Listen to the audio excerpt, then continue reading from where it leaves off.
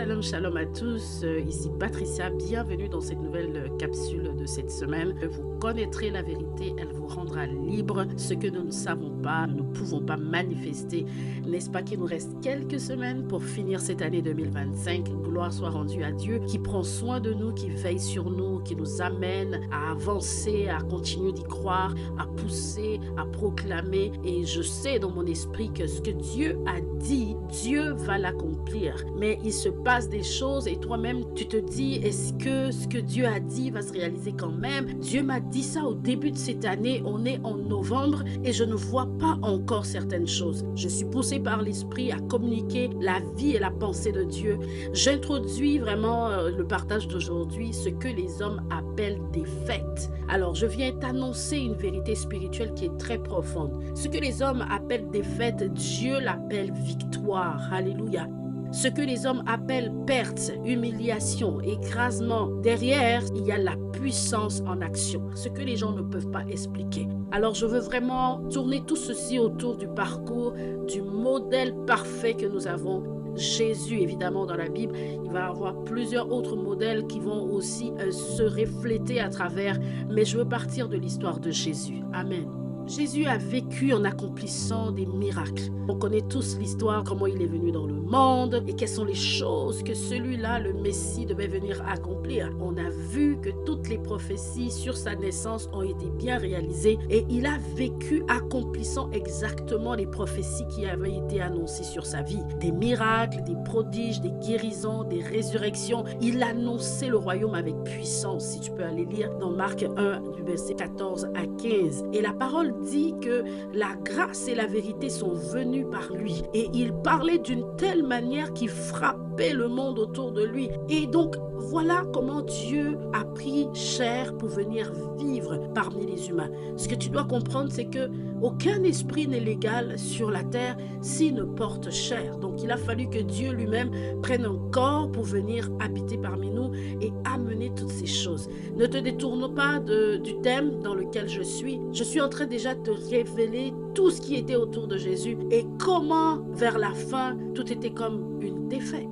Et de la même manière, toi, enfant de Dieu, toi qui marches avec Dieu, toi qui sais que tu as un appel sur ta vie, tu n'es pas là par hasard, tu es là pour accomplir un but et tu marches avec sérieux, tu déclares des choses, tu crois, tu confesses, tu prophétises des choses sur ta vie. Mais les gens ne voient rien. Ils te regardent comme on regardait Jésus quand il allait à la croix, quand il était frappé, quand il était déchiré. Les gens te voient aujourd'hui. Malgré que tu dis que tu es prospère, malgré que tu dis que tu es béni, malgré que tu dis que Dieu l'a dit, il va l'accomplir, tu as la foi.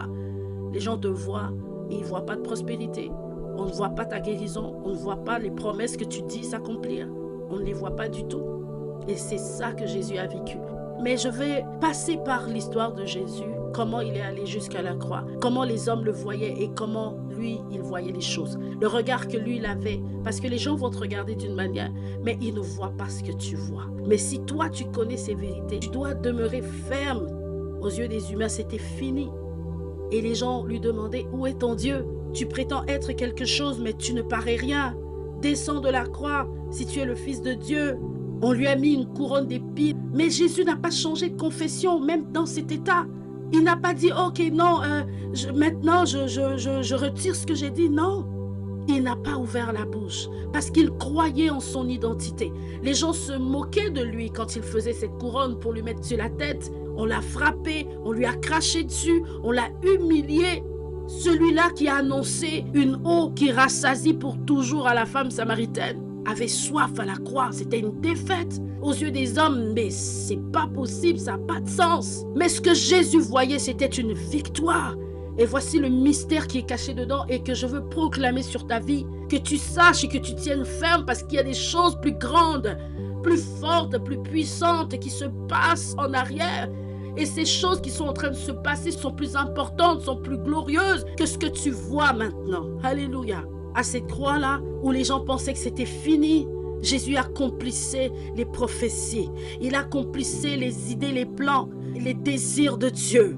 Alléluia. Le mystère le plus puissant de l'histoire a été accompli à cette croix. La Bible nous dit dans Colossiens 2, verset 14, il dit « Il a effacé l'acte qui nous condamnait ». Les gens voyaient Jésus cloué, mais Jésus voyait l'acte qui t'accuse, toi et moi, qui t'empêche de rentrer dans la promesse et la bénédiction, le repos de Dieu. Il le voyait cloué à travers ses mains. Selon Colossiens 2, verset 15, qui dit « Il a dépouillé les dominations et les autorités et les a livrées publiquement en spectacle. » Alléluia! Et je le crois de tout mon cœur que si ce peuple pouvait voir tout ce qui se passait spirituellement, ils seraient en train de glorifier Dieu de leur victoire qui était en train d'être remportée à cette croix infâme. Bien-aimé, je veux te dire que c'est possible que les gens ne comprennent pas ce que tu dis. Quand tu dis que tu es béni de toutes les bénédictions et que tu l'as déjà, que tu es guéri et que tu n'es pas en train de chercher à être guéri, mais que tu es déjà guéri. Et tu t'appropries ceci en croyant de tout ton cœur, c'est possible que les gens trouvent que ça n'a aucun sens ce que tu dis. Mais si tu tiens ferme, si tu continues à proclamer, à avoir foi en ces paroles, alléluia, comme Jésus, on te regarde aujourd'hui et ils ne comprennent pas. Ils pensent que tu as échoué, ils pensent que tu t'es trompé. Il y a des gens qui vont même douter, peut-être qu'il y a un péché caché dans ta vie. Il y a quelque chose qui ne fonctionne pas parce que c'est comme ça a été pour Job. Ses amis étaient venus lui dire, il doit y avoir quelque chose qui ne fonctionne pas. Mais je viens t'annoncer par l'Esprit. Continue de déclarer, continue de proclamer, continue d'y croire. Même si tu es la dernière dans l'entreprise, même si tu n'as pas le poste que tu attends, même si finalement cette grossesse est partie, même si les gens te méprisent, même si tu vois qu'il n'y a rien qui change, continue de déclarer que tu es béni de toutes les richesses en Jésus-Christ et avec gloire. Ce que tu vis n'est pas une défaite, bien-aimé. Beaucoup ne le voient pas comme des victoires que tu cumules dans le secret. C'est des prophéties sur ta vie que tu ne sais même pas. Comme Jésus, il vivait toutes ces choses pour accomplir des prophéties qui étaient sur sa vie. Alléluia. Tu es en train de cumuler des victoires pour ta famille, des victoires pour tes enfants, des victoires pour des générations après toi. Et je veux finir avec ceci. Ce que tu appelles des fêtes à partir d'aujourd'hui, commence à proclamer des victoires qui sont derrière. Ce que Dieu est en train de bâtir spirituellement, il est en train de t'établir, il est en train de te multiplier. Ce que les gens méprisent dans ta vie, c'est exactement ce que Dieu utilise pour établir sa gloire dans ta vie. Dieu est en train de te façonner et c'est exactement ce qu'il est en train de faire. Pour paraître à travers ta vie comme il a paru après à travers la vie de Jésus, ressuscité d'entre les morts. Alléluia. Jésus n'a pas fini. Ce que tu vois ou ce que les gens disent, mort, Dieu est en train d'aller accomplir des choses dans les profondeurs de ta vie. Pour que quand tu ressusciteras, plus rien d'autre ne pourra t'écraser. Plus rien d'autre ne pourra retenir ta vie, ta destinée. Il n'y aura plus de chaînes, il n'y aura plus de morts, il n'y aura plus d'aiguillons. Alléluia. Le troisième jour, il était ressuscité. Ceux qui n'ont pas compris aujourd'hui, ceux qui se moquent, ceux qui doutaient, tu ressusciteras de tout ça pour continuer à accomplir ce que Dieu t'a préparé et formé encore pour accomplir sur cette terre. Il est ressuscité, il est parti pour se révéler à ceux qu'il avait choisis. Dieu est en train de faire tout ceci pour te révéler à ceux qu'il a préparés pour que tu puisses les impacter. Alléluia. Pour que tu puisses les aider. Ce n'est pas pour tout le monde. Ce n'est pas pour montrer à qui que ce soit, quoi que ce soit. Mais il est en train de faire ce travail puissant dans ta vie pour être efficace comme une flèche aiguisée entre ses mains. Je déclare sur toi, au nom de Jésus, que tu tiendras ferme, que tu ne regarderas pas ce que les gens disent, que tu ne feras pas attention à l'apparence, mais qu'à partir d'aujourd'hui, tu seras conscient que ce que Dieu fait est plus grand et plus puissant. Et que tu ne changeras pas ta confession, tu ne changeras pas comment tu penses. Tu ne changeras pas ce que tu dis, ce que tu as entendu de lui est vrai et doit rester vrai pour toi. Et je veux te dire, le Seigneur va te surprendre. Et il va être lui-même ta force à travers tout ça, avec gloire. Il va briller sur toi comme un soleil.